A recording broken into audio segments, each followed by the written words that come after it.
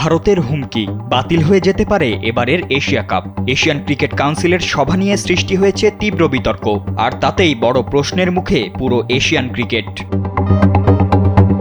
পূর্ব নির্ধারিত সিদ্ধান্ত অনুযায়ী আগামী 24 জুলাই এসিসির বার্ষিক সাধারণ সভা বা এজিএম অনুষ্ঠিত হওয়ার কথা ছিল ঢাকায়, কিন্তু বাংলাদেশে ভারতীয় ক্রিকেট দলের সফর স্থগিতের পর এবার এই সভার ভেন্যু নিয়েও আপত্তি বিসিসিআইয়ের।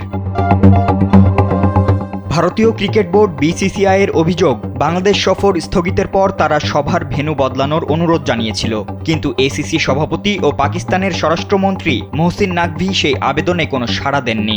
আর এ কারণেই বিসিসিআই এবার এসিসি সভা বয়কটের কথা ভাবছে। ভারতীয় সংবাদ সংস্থা এএনআই জানায়, যদি সভার ভেন্যু ঢাকা থেকে সরানো না হয় তাহলে বিসিসিআই সভায় অংশ নেবে না, এমনকি এশিয়া কাপ আয়োজনও প্রশ্নের মুখে পড়তে পারে। স্যান্ডেলিনা সো, রূপচর্চায় আভিজাত্য। এদিকে ভারতের আরেক গণমাধ্যম ইন্ডিয়া টুডে জানিয়েছে, শুধু ভারতের ক্রিকেট বোর্ড নয়, শ্রীলঙ্কা, ওমান ও আফগানিস্তানের ক্রিকেট বোর্ডও এই সভা বর্জনে যোগ দিয়েছে। এসিসির বৈঠকের ভেন্যু নিয়ে এই তিন দেশের ক্রিকেট বোর্ডেরও নাকি আপত্তি রয়েছে।